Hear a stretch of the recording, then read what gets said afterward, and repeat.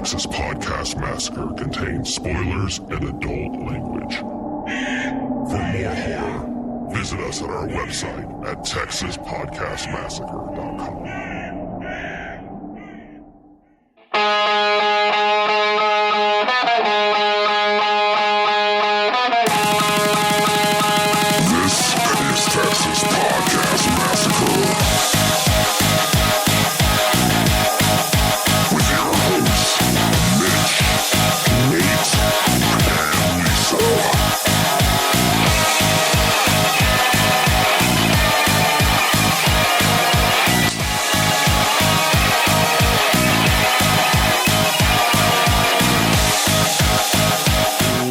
Welcome to another episode of Texas Podcast Massacre, coming to you from Houston, Texas. I'm your host, Mitch, and with me, as always, is my co-host, Lisa. Hey, everybody. Well, it is just us today. We are, I guess we're trapped in a little cabin in the Catskills. No, thank you. The only way I'll stay is if we can get some pizza. But yeah, look. Let's get some za, man. I like it. Yeah, Nate is still on a vacation. Didn't realize he snuck in a vacation clause in his contract. I really need to get a better lawyer to look at these things when y'all sign them. I'm clearly... I keep sneaking things in here. It's just me, you know. No, but so Nate will be back next week, but... we've still got you covered with some good horror movies. So welcome to another episode of Texas Podcast Massacre, where each week we take a look at a different horror movie and debate a horror-related topic with our unsuspecting victim, who's usually not someone we would consider a horror fan. Lisa, we are doing a movie that I wasn't sure what it was going to be like walking in. This is the movie called Scare Me, which was on Shudder, or is on Shudder, excuse me. It's with Aya Cash. It's Josh Radio. It's really good. What were your, when I tried to talk you into this movie, can you tell me a little bit about your thoughts when I kind of showed you? Yeah, I mean, so you were watching it one night and I kind of came in maybe 15 or 20 minutes into the movie. And it's when Aya Cash is first saying, you know, don't be a chicken, just scare me. Come on, scare me. And I don't know, there was that particular moment was probably one of the scarier ones in the movie, just because she's like egging him on. And I was like, nope, I am not watching this. But you watched the whole thing. You said it was really great. You're like, you can handle this. You've seen so much worse for the podcast. This is nothing. So we ended up watching it, and it's really good. It's really good. It's very, I'd say, unsuspecting, victim friendly. Really, the scariest part of this is if you let your imagination run away with the stories that they're telling, you know. So, but overall, very good. Yeah. Well, cool. Yeah, we are going to get into this movie. Hopefully, y'all have had a chance to watch it. It's been on Shudder since I think October. I think we've. You know, when we've had our promoted episodes from Shudder, I think we've mentioned it because I spoiler alert, I did enjoy this movie. That said, though, as always, before we get into this movie review, let's have a little debate question. Bid our father, the Sea King, rise from the depths full foul in his fury, black waves teeming with salt foam, to smother this young mouth with pungent slime. Yeah, we still have not replaced the lighthouse drop, Lisa. I apologize for nothing. No, you don't. Don't even. Nothing. You and Nate are going to purposely not change up for the rest of the life of this podcast. A strong possibility. Strong possibility. All right, so like I don't know that I have a debate question. I do. Oh, go ahead then. So, not to jump halfway into the movie, but there is one point where they do order pizza, and their pizza delivery guy's Chris Red, right? Yes, Chris Red. I think I misspoke earlier. Yes, Chris Red. And he comes in and he ends up staying for a little while and riffing on a story with them. So my question is, who is your ideal pizza delivery, man or woman. What comedian would you love to have come and you're just kind of riffing on each other and making up a good story? Oh, that's a good question. So if I were trying to come up with a story and I needed someone to bounce ideas off of, who do I want? Yeah. Mm-hmm. Okay, but a comedian. Yeah. I mean, my mind goes to comedian. If you have, no. Mind, I'm good with that. I'm good with it. Let me think about that. Who do you have? Or who are you thinking? I've been kind of debating it back and forth, and I honestly think that I probably would have to go with John Mulaney. God, I was just thinking John Mulaney. Were you thinking too. John Mulaney? Yeah. He's just, I feel like he could take almost any idea that I have and really just make it something. You know, he wrote some of my favorite sketches for SNL. He wrote the Stefan character that Bill Hader does, and I just really like his dry sense of humor. So I think he would be really good to riff with. No, that's a good one. If we could pick anyone alive or dead, I don't know. The other name that popped in, obviously for obvious reasons, not, but you know, like Robin Williams. I feel like you could maybe riff. My worry with Robin Williams is you'd have to be able to direct that energy, because I could also see Robin Williams just taking your story and just running and it's gone. Yeah. Man, who would be a good one? Who?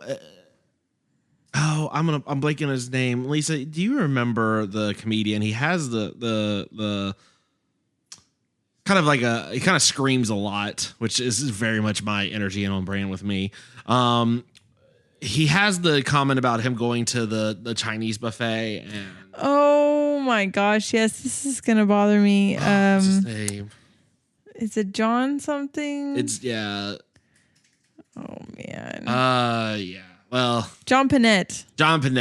I feel like he would be great to tell a story with. I feel like he would really accentuate certain parts, particularly when you get to the tension, right? I feel like him screaming would just really amp it up. Yeah. Yeah. That'd be good. What about maybe a non-case, just another writer, or you know? So in this movie, it is an established writer, Inaya Cash's character, and then Josh Rubin, who wants to be a writer, kind of is playing at it.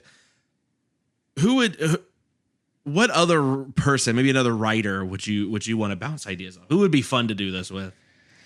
Oh gosh, I don't even know.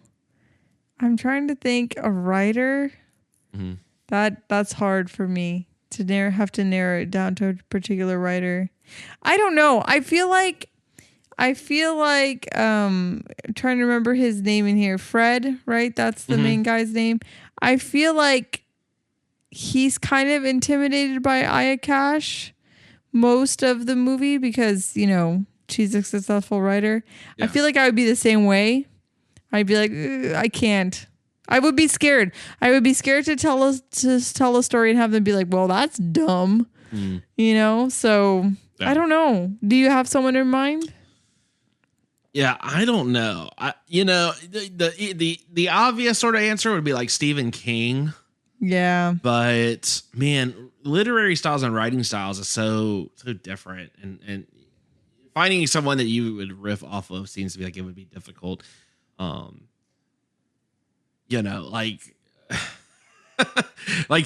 love Edgar Allan Poe. If Edgar Allan Poe were in a room and I was trying to riff ideas, I don't feel like I would work very well with Edgar Allan Poe. I feel liking someone's work and then being able to work with them a lot different. Man, Michael Crichton. I would want to write something with Michael Crichton if he were still around. Yeah. His stuff is very good and very accurate in terms of the song. I mean, obviously a lot of it's fake science, but he does such a good job of making it seem realistic. Yeah. Well, those are ours. Now, the other thing this movie does is obviously it's about telling scary stories. And Lisa, I'm curious, do you have a particular favorite scary story that you either like to tell or one that actually scares? Like if someone tells it, that's like the story that sticks with you. Do you know me at all? No, I don't have a favorite horror story. Yeah, maybe favorite's the wrong word. Oh my gosh. I can't even trying to think of a single horror story now that I can even. Have I ever read anything scary? I don't think I've read anything scary. Oh, so I think in preparation for this, thought of a couple of scary things I know you've read. You are not a fan of the 2-sentence horror stories. Oh, those are horrible. Yeah. Now, they did make an actual Netflix show, I think 2-sentence horror stories. Yeah, good for them. No way. Well, it is terrible. I don't think you need to waste your time with it. But was there one of those that stood out to you the most?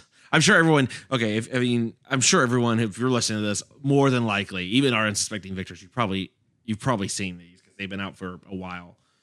There's two that I cannot get out of my head. Okay. And ironically enough, they both involve parents and children. And I guess since I'm a parent now, it really sticks out. One of them is the dad is putting the kid. I think this is one of the 2-minute horror stories. The dad is putting the kid to bed, right? And so he leans in, and the kid tells the dad, "There's a monster under my bed." Yeah. And so he's like, "Oh, well, I'll look under the bed, of course, to check that there's no monsters." And he looks under the bed, and there's his kid, and the kid under the bed tells him, "There's a monster in my bed." So it's like, what the hell? I do not like that one. Not a fan of that. What's the other one? The other one is very similar, actually, but apparently it's a mom and a daughter, and the daughter hears her mom call her from upstairs, like, "Come up here," and then her mother grabs her shoulder and is like, "Don't go up there. I heard that too." Mm-hmm. That one's scary as shit too. I do not like those. Whoever wrote those, I hate you. Those are terrifying. I can't take it. Yeah, I'm looking at one of them. She wondered why. No. Don't add any more, please. I wish I could forget those two. They scare the heck out of me. Please don't add any more. Some of them are kind of like, okay. Like there was a picture in my phone of me sleeping. I live alone. It's like, okay, I get it.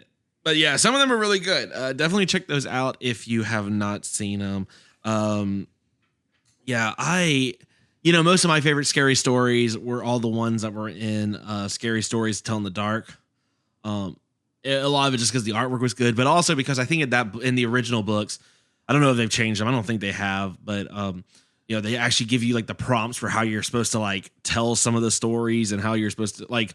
Because a lot of them are just urban legends and things that have been passed down in folk tales. So they sort of have notes on when you're supposed to jump out and scream at someone, or when you're supposed, like, they give you a little bit of cues on some of the stories. So I really liked all those. My favorite was always the Viper, which was not a very scary story. It was meant to be a kind of a comedy, like spooky funny. I feel like you would appreciate that. It would have fit into it with this movie for sure. Okay. But yeah, so those are our favorite scary stories. I guess, Lisa, any other, you have the 2 seconds. Do you ever read any of like the horror? I guess this is very much a literary kind of movie. Do you ever read any like actual horror books or? No. I'm assuming you've read Frankenstein and like. Well, yes. Okay. Yes, I've read Frankenstein, but I don't really consider Frankenstein maybe a Dracula. I'm trying to think if I've read. No, I actually haven't read Dracula. Have I read any Stephen King at all? All the Stephen King I've read has not been his horror stuff. It's been all his other stuff. I don't think I've read your Green any Mile horror. and your Shawshank. I started one recently. Oh gosh. What was that one, Mitch, that you had? Oh, God, what was the name of that book? In the Dark, or Return in the Dark, or Come Home in the Dark, something like that. I don't remember. I got like halfway through it, and I was like, no, I can't keep reading this. So, yeah, well, as Nate has mentioned, he doesn't read. You don't read horror. I read some horror. So yeah, I would not recommend looking for a Texas Podcast Massacre Goodreads account or list, because it's probably not. It's probably underwhelming. I can tell you what I'm reading, but I'm going to assume that you're probably not seeing a whole lot of good stuff. What now? I don't know. What is that? I don't know. But yeah, Yeah, there's some good ones. I'm trying to think some other horror stories that were really good. Yeah, I mean, Home Before Dark. Home Before Dark. That's what it was. It was a kind of a ghost story, but not really a ghost. The great thing about this day and age is with Wikipedia, if you get halfway through and you're too scared, you can always just Wikipedia it and find out what happened. That's so lame. It's not lame. So lame. It's like people Wikipedia movies. Just watch the movie. It's too scary. They are an hour and a half. Good Lord. You know, I'm not saying they're too long. I'm saying they're too scary. Well, I mean, as our unsuspecting victim, I guess that is the stance you're supposed to have. I'll tell you, actually, so just in the vein of like telling stories, the last thing I say before we get into the movie review, one of my favorite kind of horror books is actually World War Z. I did read that one. Yeah, so it's written by Max Brooks, who's Mel Brooks' son. So famous comedian Mel Brooks. His son's like super into horror. I think he's writing another book here soon. I think it's supposed to come out at some point. But you know, some of these stories, the really, I mean, horror novels and stories always work better when they're told, right? I think probably better than most other mediums, right? Because there's something about you really having to set that tone, that mood, and that tension, and having someone actually, you know, hearing it out loud and being drawn into someone talking it usually works so much better than I think other genres. And if you haven't, Lisa, I know, Lisa, you like audiobooks. I'm not a huge audiobook fan, but my God, the World War Z audiobook, fantastic. Yeah. Some names that are in there. Simon Pegg is narrates one of the characters. So World War Z, for those who don't know, it's a book detailing zombie apocalypse, but it's all done as sort of interviews and journal entries and things like that. So it shows a lot of geopolitical type stuff. It shows people from different races, different countries, different all sorts of stuff. Let's see. Alfred Molina does a voice. John Turturro, Alan Alda, Mark Hamill, Martin Scorsese, Henry Rollins, Rob Reiner. All these guys do voices. Yeah. Well, because that's a great one that is told from so many different perspectives. Yeah. Yeah, that was a really good book. I feel like the zombie stuff I can typically handle well. I don't know why. That's not, I mean, I guess, I don't know. That stuff I can handle well, but you get me a ghost story and no, I cannot do it. Yeah. Well, awesome. Well, look, let us know what your favorite scary story is. You know, if you have any fun, I guess, stories about when, you know, you've ever had any scary stories. I don't know that I've had a lot of people actually tell me those at like camping trips or anything. Certainly when Nate and I and our friends go camping, scary stories usually don't happen. Usually what happens is Nate gets real drunk and starts rapping all of like late 90s raps at like full volume, screaming them. So if you want to hear Nate full on scream Ice Ice Baby, drunk as hell, let us know at TexasPodcastMassacre@gmail.com, TX Podmassacre on Twitter, and Texas Podcast Massacre everywhere else. It's one of those things I do not think I'll have to twist his arm. In fact, I think, what was it, a couple years ago, he went a little viral for a little bit for doing some, he rapped in Hungarian. Yeah, he did. And I think the artist actually like retweeted it or something. And said it was really good. It is something. We may have to share that on our social media. So keep an eye on that. We're gonna make that go reviral. I don't know how that works again, but you know, it's the new strain of Nate Hungarian rapping. In any case, let's get into this week's movie of the week. Scare me. Hi. Hi. So what are you running from? Running. Well, this place looks haunted. I'm writing. Oh, really? Me too. So what are you working on? It's kind of a revenge story about werewolves. Have you written anything I've read? Or? I just wrote a book called Venus. You wrote Venus. You're a best-selling author. I'm so sorry. This road is actually only for best-selling authors, so I might kick you out. You're not so great. Huh.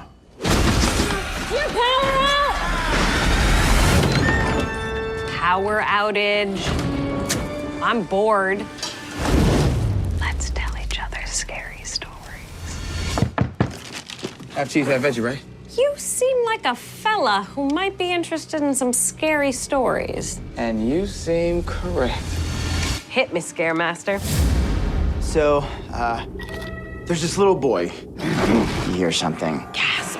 This is the part in the story where the creepy strings kick in. Everything goes into slow motion.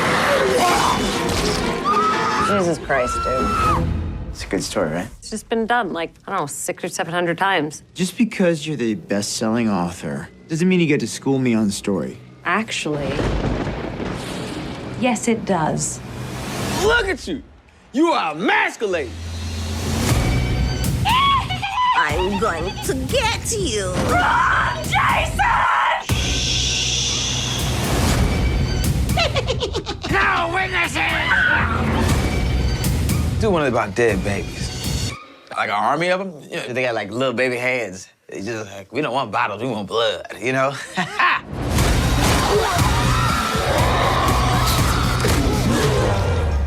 Fred, what are you doing with that poker?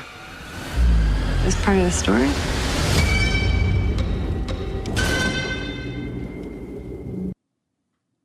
Scare me. All right, Lisa, as our unsuspecting victim, what is the elevator pitch for this movie?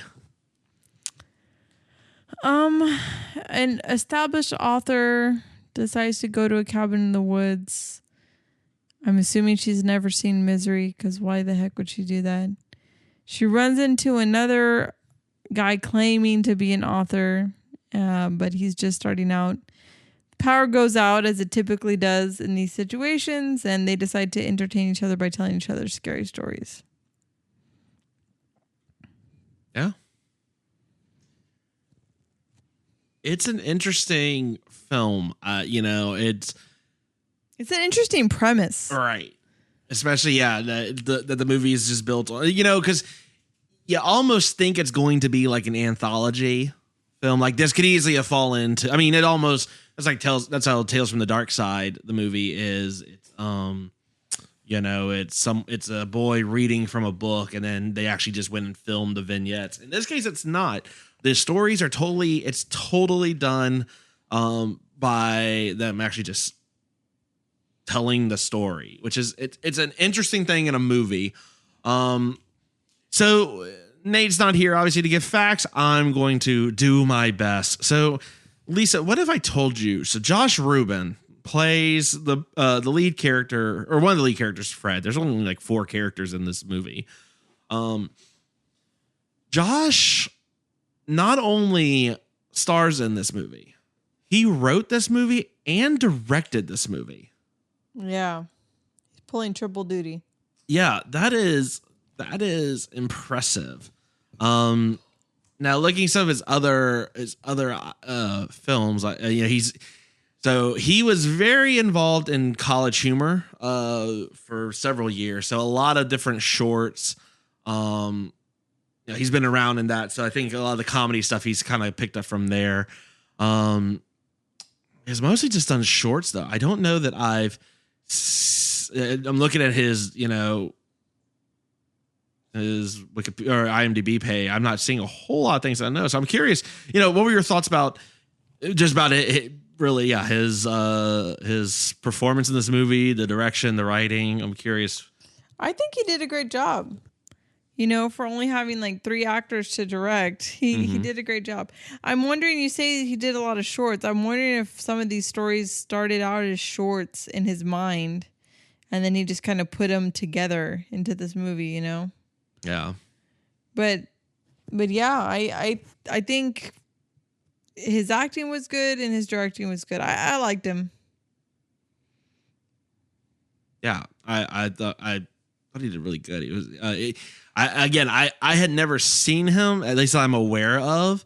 But yeah, I mean, he's been involved in shorts and like I think Upright Citizens Brigade stuff, again, College Humor, improv. So he's got comedy, and I think we've talked about this before, and I think we one of our interviews we did, I think we were talking. We've done a few where we've seen a lot of comedians doing horror movies, and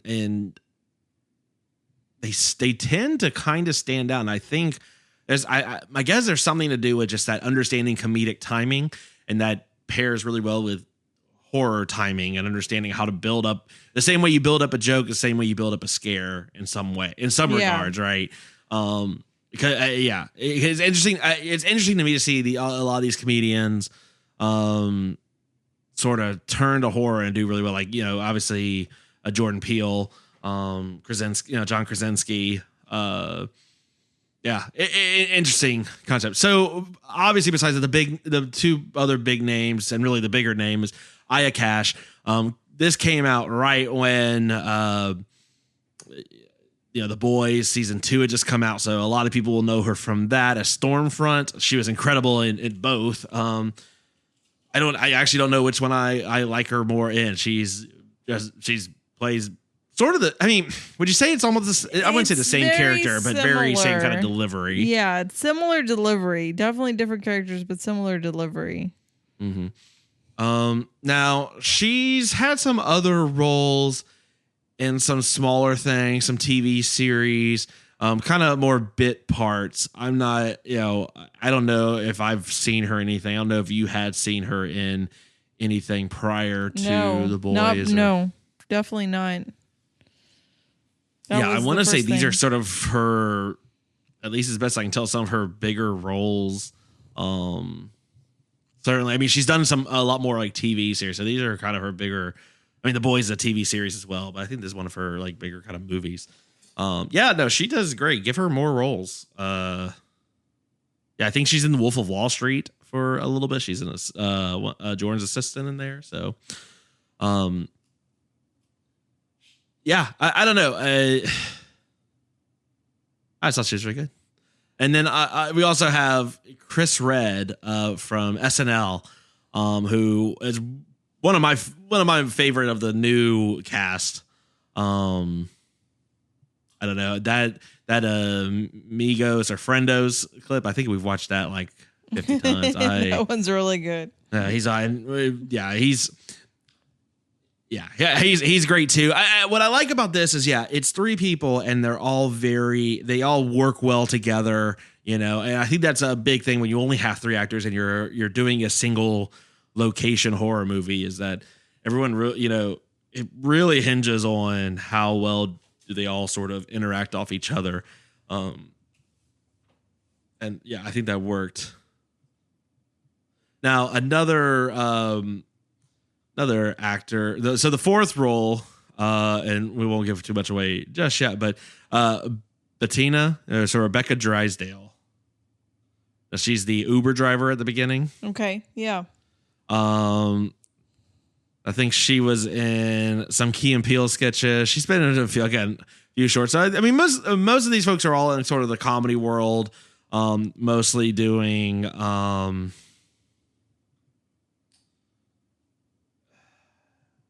Mostly doing other stuff. I don't know. What'd you think about Bettina? Because she leads off the movie, and she does, and she's definitely the ultimate person you wouldn't want to get driving the Uber, right? Like, this guy's tired, he just wants to chill, and she just wants to keep talking.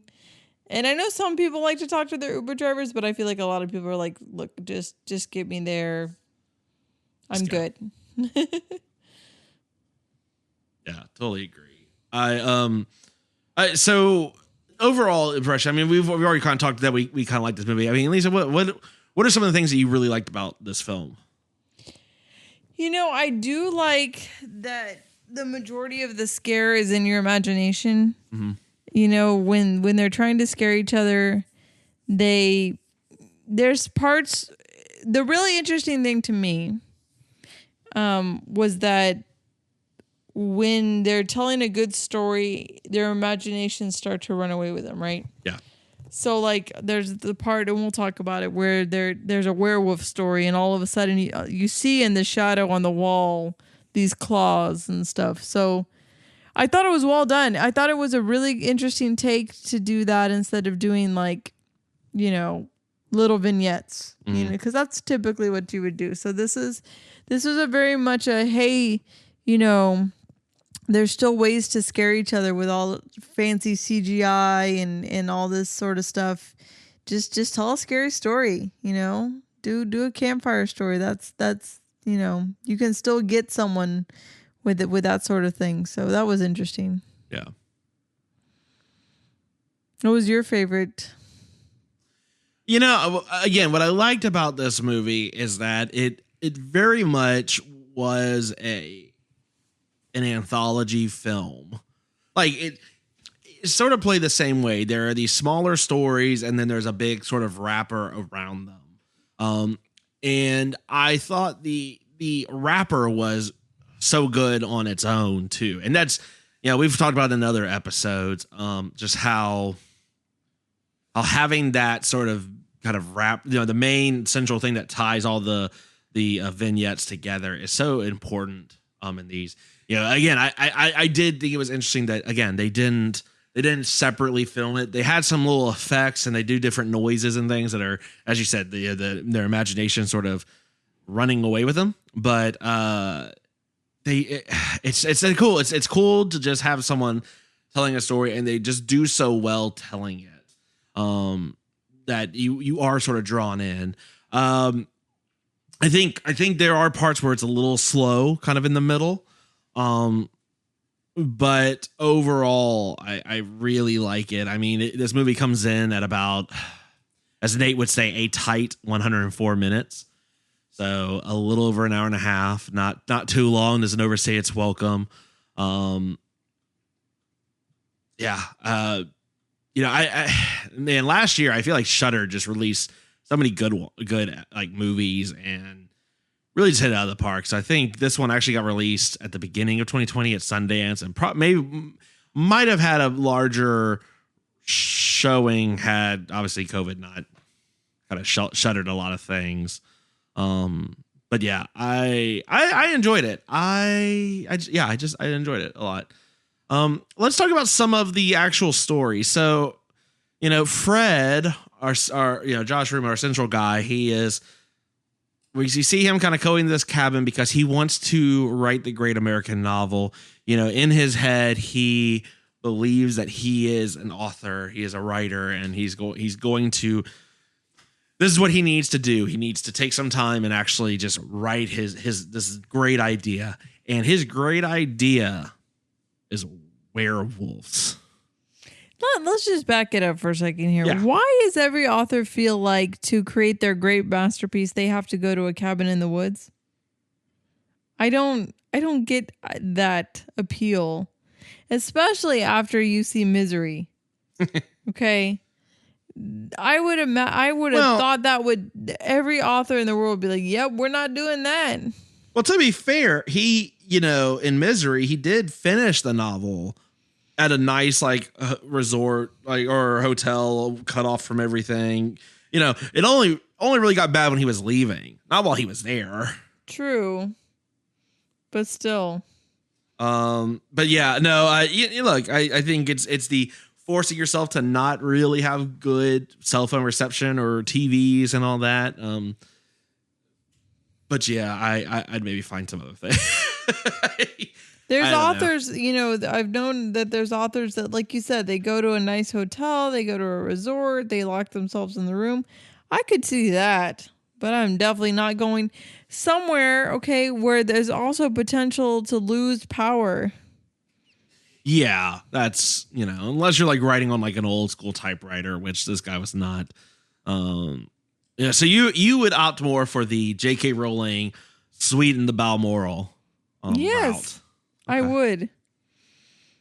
Okay. I want to be able to call down to room service, not have to be like, ooh, I got to go cook lunch now. Yeah. Yeah, just I don't see the appeal. Well, you know, maybe it's just a thing with writers, you know. What do you think about this? Okay, so werewolves. Where do you stand on this? Do you think there's a good werewolf story we haven't heard yet, or when he tells a story to Fanny, who's Aya Cash's character, Fanny's just kind of like they've been done. Yeah, I kind of agree with her. They're not. I mean, maybe someone someday will think of something new, but there's not many more places to go with it. Yeah.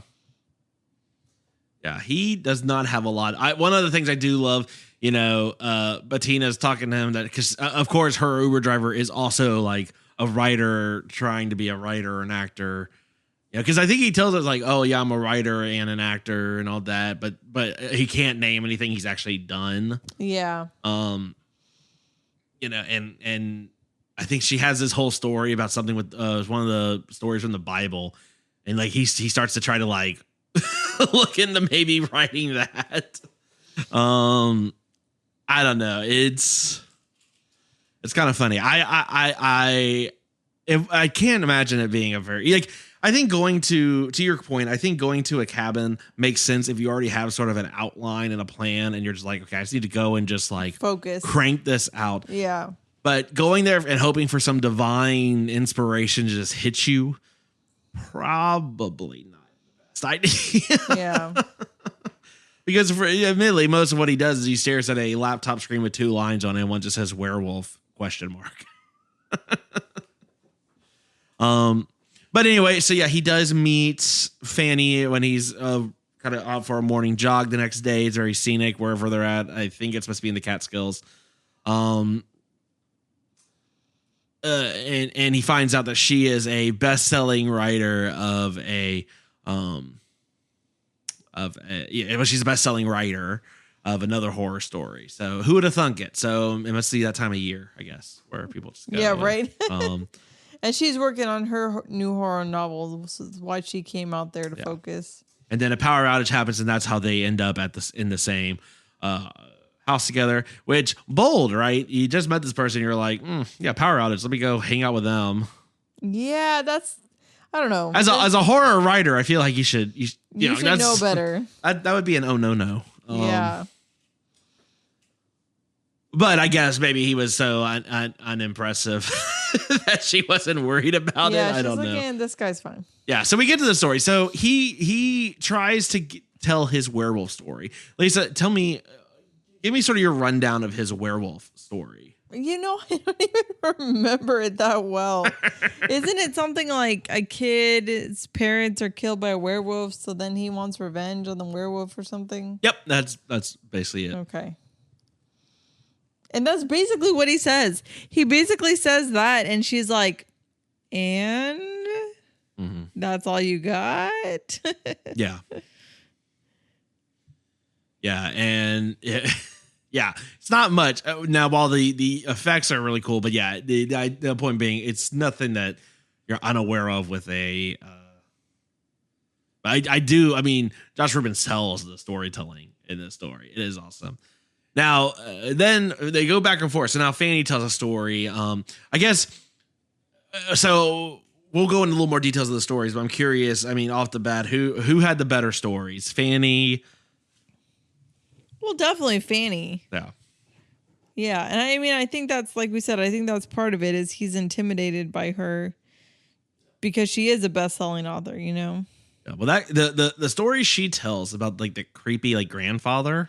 Oh yeah, that one is really creepy, and the dog and stuff. Yeah. And of course, she's doing all the voices of like this little girl that like accidentally is like going to kill her old grandfather, but accidentally kills the dog. Which, I'm sure again, Nate's somewhere. His ears are ringing because the dog has died. Not even on screen, just mentioned. He's probably high fiving someone in a basement somewhere. That sounds right. Yeah.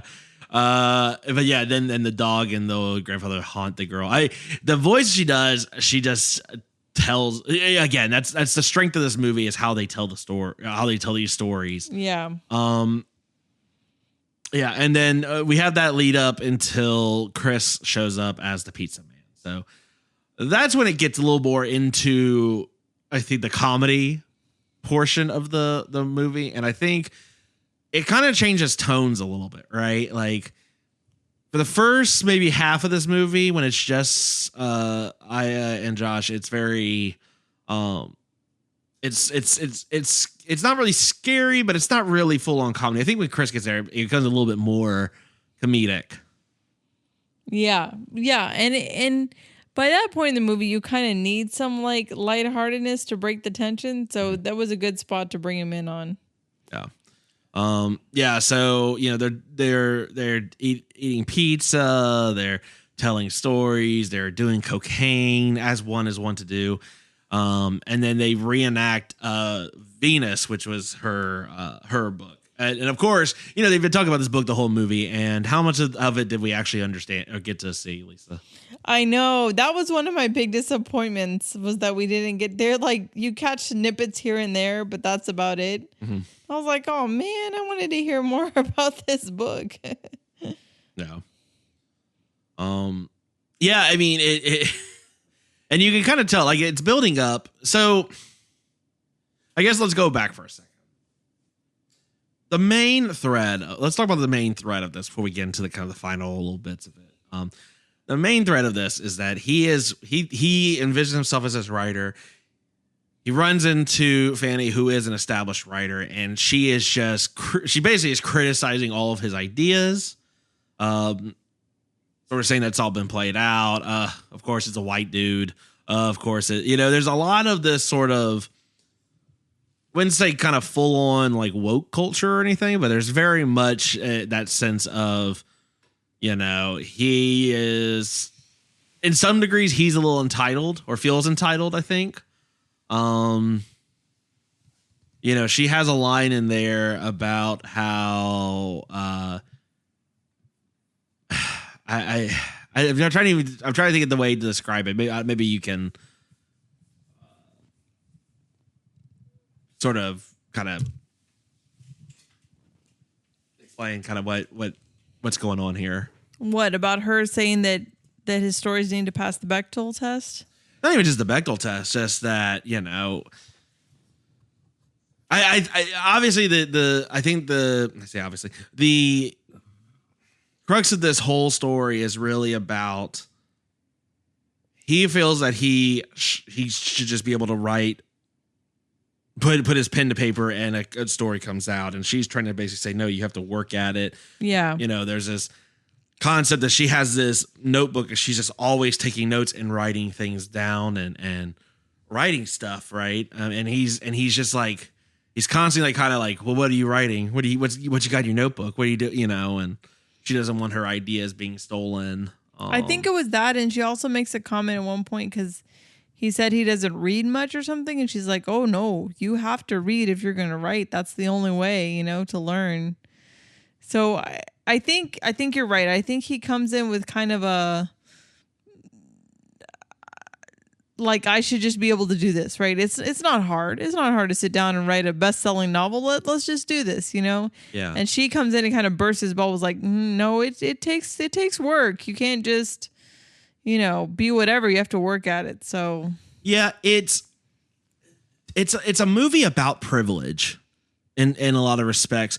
But what I like about this is that it does a good job of not really painting one of them in sort of the extremes. When I feel like when people talk about like privilege and things like that, particularly on Twitter, people get kind of pushed into sort of the extremes of that. Either you're like full on woke warrior, or you're full on, like you're just a privilege denier, all that kind of stuff, right? I mean, I think this does a good job of showing that, yes, he does have some privilege, but you never like fully are like, oh, he's the asshole, or oh, she's the asshole about in the situation, right? They both kind of do shitty things to one another, and they're both sort of poking at each other a little bit, even though they're having this sort of like friendly, like, oh, let's tell some stories.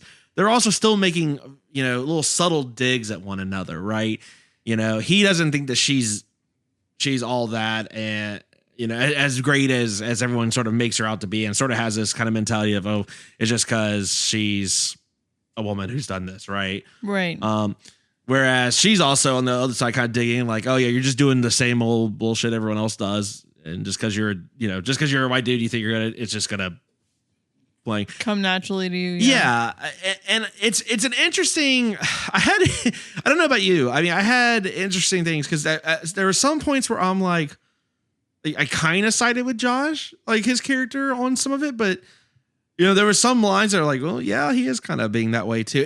I think it just does a very good job of really skating in that gray area. No one becomes too one-dimensional in that regard. And I think that's what works so well about this movie. I don't know if you kind of thought similarly, or if you saw anything like that. Maybe I just added meaning to maybe you just felt some of the stuff personally and maybe took it to heart. I'm working through some shit, I guess. You know. No, I mean, I thought she made some good points, but the funny thing is, you have to think about it from the perspective of he's the one that also wrote the movie, so he's the one that wrote Aya Cash saying these things. Yeah. So it's a little bit meta, right? Right. Because he's also saying from his perspective as a writer and a director these things, and feeling these things like, oh, well, I better make sure that this passed the Bechdel test and has a strong female lead, and better make sure it has all these certain elements and do all these certain things. So if you look at it from that perspective, I thought that was really interesting too. Yeah. Yeah. And she has a great line in there where she's talking about people stealing her ideas and effectively sort of how it's, I mean, the argument that, it's a little harder for her being a woman in horror. Right. And her sort of response is, how do I deal with it? I just do it better than everyone else. Right. Which seems kind of flippant a little bit, but also, I mean, I think I love that. It's the reality of what she as a woman creator in horror has to do. I mean, it's really, yeah. And then again, I think there's also that part of, I totally kind of understand his sort of umbrage with her kind of throwing back you just think because you're a white guy's gonna come on. It's kind of like, well, why? I'm putting it, in his mind, he's putting in work that he thinks he should. But he's running into barriers and he sort of is not understanding why it's not working out for him. Yeah. It's sort of that realization that maybe you're not an actual writer, right? Yeah. And having to come to terms with that. It's a really interesting dynamic. I don't know. I don't know how it plays with based on kind of what you think about that sort of stuff. I don't know how it's going to play. Right. If you're like totally don't believe that privilege exists, then I don't know if you're going to listen and be like, oh, Jesus. I don't know. To me, I thought it was very balanced, but I don't know. What did you think it was kind of more one-sided, or did you think? No, I don't think so. Yeah. Well, so yeah. So that's sort of the main a climax. Jesus, I'm forgetting all my literary terms. I should have looked over my old high school English notes. Right? You thought it was just going to come to you? Huh? You thought it was just going to come to you? I look with no preparation. As a white man, these things should all just work for me. What's the point otherwise? No. Yeah. No. So I mean, but that's really what the conflict is in this whole movie. So once Chris sort of leaves, and even Chris, like he's getting her autograph when he's leaving. He's just like, this has been the greatest night of my life. I got to meet you. Thanks so much. And he's like, see ya, Fred, and just walks off. And Fred's been up to this point just kind of just seething since Chris sort of shows up, right? Uh-huh. And it all comes to a head in Fanny's notebook where she's basically writing about him. Like she's writing her observation about him and likely going to turn him into her book. It's really about him being unable to accept that she's the better writer, about, him just not thinking that he should be higher, more elevated than he actually is, Yeah, that up until this point is very much a comedy. I think once he reads the novel, that's when it totally kind of turns back to full horror. So it kind of does a couple little tone changes. Yeah. Yeah. I mean, this sort of chase fight scene, what did you think about that? So there's a really great scene right before the chase fight scene where they're standing in the kitchen. He has found her notebook and he's essentially saying, why have you been writing all this down about me? And, you know, I think that's where you kind of start to get a little bit of the reveal, like that he split up with his wife and he threatened to kill her and all this stuff. And he's holding this fire poker. And to me, that scene is more tense than the actual chase scene. Because there's just like this, like, don't do it, man. Don't do it. Like, just be chill. Don't be a psychopath. Like, I know you're going to be, you know? So I thought that scene with just the two of them talking to each other was probably one of the best scenes in the movie. Yeah. With her just trying to be like, how do I get out of this? You know, he's kind of turned. I need to get out of this alive somehow. You know, what do I do? So, but it was well done because you kind of don't see it coming for a while, and then it's like, oh yeah, this is not going to end well. Yeah, you're right. You know, for all the other stories, and you know, and it's such a good contrast, right? All the other stories have those like extra effects and the noises and all that. You know, he's telling the story, and that's about him, right? And he's holding that poker, and there's no other added anything to it. It's just him just talking. And you're right; it's more tense than anything else they've set up to this point. The chase itself, you know, it's fine. Yeah. It's your standard go hide under a bed and hope they don't realize you hid under a bed kind of. Yeah. And then he, of course, in true fashion with with this movie, he is undone by tripping down the stairs and basically impaling himself with the poker. Yeah. Now, what do you think about her decision? You know, because he gives up and he's like, this hurts so much, just end it. What do you think about her decision? It looks like she's going to knock him out and put him out of his misery, and then she just leaves. Yeah, I mean... It's, to be honest with you, it's probably what I would have done too. Yeah. I don't think I could have done it. I'm mildly surprised she didn't call the cops, but maybe she was afraid of what would happen. I don't know. Maybe she thought it wouldn't look like self-defense. But yeah, she just goes. Yeah, she disappears. Yeah, I don't know why she doesn't call the cops or the paramedics or anyone.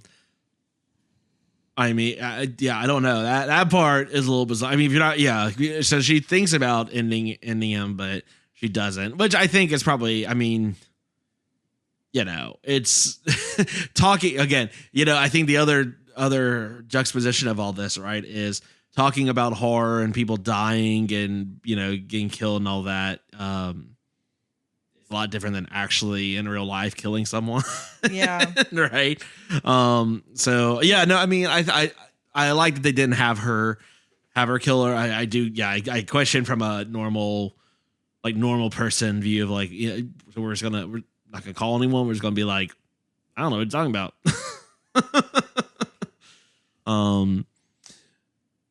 Oh man, we didn't even talk. You know what? Sorry, I want to go back a little bit. One of the best scenes of this movie, though, is the story they do with Chris Redd with the where they all work together. Because, you know, for most of the movie, it's them telling one a story, then next person. But with Chris, they do the she's a possessed person going on America's top, you know, icon or whatever they call it. Really well done. And it's kind of a whole musical thing. It's really trippy, really cool. There's not a whole lot to really talk about other than it's pretty cool. So that is one of my favorite scenes. But yeah, this ending, Lisa. So Fred basically bleeds out. He's dead. The next day, I mean, I guess he was only going to be there. Well, I guess he's been there for a weekend because she shows up Sunday. Bettina does, the driver, to come pick him up, take him to the airport, and finds him dead. Yeah. Also finds Fanny's notebook. Yes. And the reveal in the middle of the credits is fantastic. Bettina has become a famous author by basically stealing the stories that were all in there and turning it into a book of her own. Yes, she full on Gilderoy Lockhart's it. Oh, I'm glad you gave us the Gilderoy Lockhart. Yes. Yeah, absolutely. Man, is she like female Gilderoy Lockhart? Is this like a flip version of Harry Potter? Yeah, but instead of erasing someone's memory, she's just like, this dead guy's not going to need this. I'll take it. He won't need it where he's going. Although it's not his to begin with, but yeah. Well, some of the stuff in there was his stories. Fair. I love the end. That after all of this stuff, after all of them kind of battling it over, who's the better author and whether he has talent or not, whether all this hard, she ends up just kind of swooping in and be like, oh, sweet. Thanks. Yeah. And her novel, I think, is conveniently called Scare Me. Yep. I think the moral of the story is no matter what you work at, someone's going to swoop in and just do it better. So, oh. Looking at you, more successful horror podcasts out there. No, I'm just kidding. I mean, this movie is anything else you want to say about this movie? I don't think so. Yeah, it is good. When Nate comes back, we may have to get him to do a quick little plug on it because I can't remember if Nate said he watched it. I think he did as part of our. I think so. Yeah, I think he did say it like that. I don't know that he had a strong feeling about it one way or the other, but we'll get his opinions when he's back. But until then, we're gonna go ahead and get into our final cut. Final cut. Lisa, as our unsuspecting victim, what would you give this movie for the final cut? Man, I'm kind of struggling. I really liked it. Was it one of the best ones we ever did? No. I'll probably give it... I'm waffling here. I'm waffling between a 7 and an 8, really. I'll probably give it 7 out of 8 pokers. I mean, 7 out of 8. 7 out of 10 fireplace pokers. It's good. Like I said, it's unsuspecting, victim friendly. Cash and I keep forgetting his name. I feel so bad. They do a great job. Josh Rubin, yeah, they do a great job in the movie, considering it's just them for most of the movie. So overall, very well done. And yeah, I mean, you watched it twice, so I'm assuming that was a good sign. Yeah. Yeah, I think I'm going to end up giving it, I think 6 out of 10 werewolf claws. Okay. I like it. I did like it. I think since I've watched it, and I've watched it a couple times, it's sort of, I wouldn't say lessened, but yeah, I do think it's a little slow at parts, particularly when Chris Red does show up. It's important that he's there, but there's kind of a lot of plotting, and the slow burn does pay off, but not enough at the end, right? Okay. Especially when it kind of devolves into the big chase scene. There really a lot of the stories, everything up to that point's good. The chase scene kind of is meh. Some of it's gonna be cut away, but it's still a really good movie. I do recommend it to really anyone. I mean, at least I think I would guess you'd say this is pretty unsuspecting victim friendly. Yeah, very much so. Mm-hmm. Yeah. So, definitely check it out. Again, check it out on Shudder. Again, I know we mentioned it a few times. This episode is not sponsored by them, so we're not trying to, no reason for us to really say that. But I would absolutely recommend you check this out. If you don't have a Shudder account, you can always sign up with our, code TPM. I think they'll still give you a free month. So, I mean, go check it out, man. Go check it out for free. It is really good, and some other stuff. So I think that's it. I'm not, I appreciate everyone kind of hanging with me. it's a little weird to not throw it over to Nate for a couple times. This isn't his first episode he's missed, but it's been a while. It has been quite a while. And it's been me and, because you were off, it's been me and him for a little bit. So it's a different dynamic. I do enjoy our time together though, Lisa. I want you to, I want you to know that. Mm-hmm. It's a different dynamic. It's a little more subdued. It's a little more refined. Maybe that's because Nate's a basement dweller. So all you people who, so we got a note from one of our listeners, and it was a fairly long note, but I stopped reading once I saw Team Basement on there. I'm like, I don't, it's not worth it. Team Attic all the way. And I can say that because he's not here to say anything about it. No, that will wrap it up for this week's episode. Lisa, can you tell them where they can find us? Can I? Oh my goodness. I'm so used to Nate doing it. They can find us at TexasPodcastMassacre.com, on Twitter at TXPodMassacre, all our other social media platforms, on Facebook, on Instagram. And on YouTube. For most of this episode won't be, but most of them are on there now. Yeah, we will be back for our YouTube fam next week. We had some technical difficulties, so you're getting but by now at this point, I think if you should have realized you're not seeing our bright shining faces. But we will be back next week. We'll be back at full force next week, and we will, I believe, be doing the winner of our year-end survey that we sent out. I now am blanking on because I can only think of one movie. Invisible Man? At a time. What now? Invisible Man, yes. Oh, that's going to be a good one. Lisa, you have not watched that one yet. I have not. You and Nate said it's very good, so I'm looking forward to it. Maybe have to try and get another Unsuspecting Victor as well. But send us your notes. We'll have a post to get feedback and all that or questions for the show. But yeah, we'll be at full strength, and we're starting off this year right. Thank God no more Santa Sharks or Santa Goldbergs. It's now just regular weird horror movies. With that said, thank you all. From all of us here at Texas Podcast Massacre, thank you so much for tuning in, and just keep telling yourself it's only a movie. Good night.